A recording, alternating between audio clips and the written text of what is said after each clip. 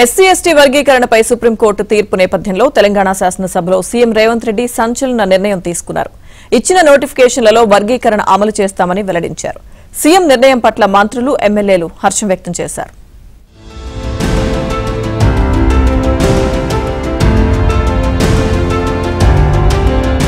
SC ST రిజర్వేషన్ల వర్గీకరణ చేపట్టేందుకు రాష్ట్ర ప్రభుత్వాలకు అధికారం ఉందని సుప్రీంకోర్టు చారిత్రాత్మక తీర్పునిచ్చింది. ఉద్యోగాలు, విద్యా సంస్థల్లో ప్రవేశాల కోసం రిజర్వేషన్ కోటాను రాష్ట్రాలు విభజించవచ్చని తెలిపింది. ఈ సందర్భంగా ముఖ్యమంత్రి రేవంత్ రెడ్డి అసెంబ్లీ వేదికగా కీలక ప్రకటన చేశారు. ఎస్సీ వర్గీకరణ కోసం 27 ఏళ్లుగా మాదిగ ఉపకులాల యువకులు పోరాటం సాగించారని గుర్తు చేసుకున్నారు. దేశంలో అందరికంటే ముందు నిలబడి ఏబీసీడీ వర్గీకరణ చేసే బాధ్యత తెలంగాణ ప్రభుత్వం తీసుకుంటుందన్నారు. ఇప్పుడు ఇచ్చిన నోటిఫికేషన్లలోనూ వర్గీకరణను అమలు చేసేందుకు అవసరమైతే ఆర్డినెన్స్ తీసుకొస్తామని శాసనసభలో స్పష్టం చేశారు. స్పష్టమైన ప్రకటన చేస్తున్న దేశంలోనే అందరికంటే ముందు బాగానే నిలబడి తెలంగాణ రాష్ట్ర ప్రభుత్వం ఏబీసీడీ వర్గీకరణ అమలు చేసే బాధ్యత మా మిత్రులు, మా మంత్రివర్గ సహచరులు మేమందరం తీసుకుంటాం. అవసరమైతే ఇప్పుడిచ్చిన ఉద్యోగ నోటిఫికేషన్లలో కూడా వర్గీకరణను అమలు చేయడానికి అవసరమైతే ఆర్డినెన్స్ తీసుకొచ్చి మాదిగ సోదరులకు న్యాయం చేసే బాధ్యత మేము తీసుకుంటాము. కాబట్టి ఈరోజు ఈ సభ అందరూ కూడా ఈ అంశం మీద ఏకాభిప్రాయానికి వచ్చి మాదిగ ఉపకులాల వర్గీకరణకు సంపూర్ణంగా సహకరించాల్సిందిగా రాష్ట్ర ప్రభుత్వం తరఫున నేను విజ్ఞప్తి చేస్తున్నా. అధ్యక్ష, సుప్రీంకోర్టు ఎస్సీ వర్గీకరణకు అనుకూలంగా తీర్పునివ్వటాన్ని స్వాగతిస్తున్నట్లు రాష్ట్ర వైద్య ఆరోగ్య శాఖ మంత్రి దామోదర రాజనరసింహ తెలిపారు. సీఎం రేవంత్ రెడ్డి 6 ఎమ్మెల్యేలను ఢిల్లీకి పంపించిన న్యాయవాదిని నియమించారన్నారు. రాష్ట్ర ప్రభుత్వం చొరవ తీసుకోవడంతోనే న్యాయం, ధర్మం గెలిచిందన్నారు.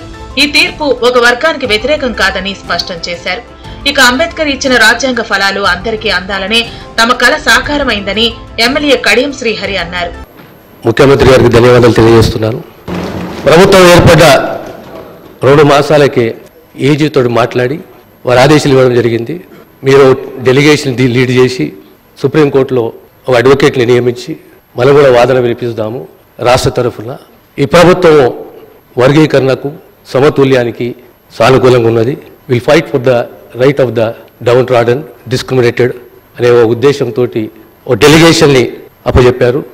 ఎస్సీ ఎస్టీ వర్గీకరణకు సుప్రీం అనుమతి ఇచ్చిన విషయంపై బీఆర్ఎస్ ఎమ్మెల్యే హరీష్ రావు స్పందించారు. ఎస్సీ వర్గీకరణపై సుప్రీంకోర్టు ఇచ్చిన చారిత్రాత్మక తీర్పును స్వాగతిస్తున్నామన్నారు. ఎస్సీ వర్గీకరణ సమస్యకు శాశ్వత పరిష్కారం చూపేందుకు తెలంగాణ ఉద్యమం నాటి నుంచే బీఆర్ఎస్ పోరాటం చేస్తుందని గుర్తు చేశారు. బీఆర్ఎస్ అధినేత కేసీఆర్ ఎస్సీ వర్గీకరణ డిమాండ్ చేశారని గుర్తు చేసుకున్నారు. తెలంగాణ రాష్ట్రం ఏర్పడిన తర్వాత మొదటి అసెంబ్లీ సమావేశంలోనే ఎస్సీ వర్గీకరణ బిల్లును ఏకగ్రీవంగా ఆమోదించి కేంద్రానికి పంపిన విషయం అందరికీ తెలుసన్నారు.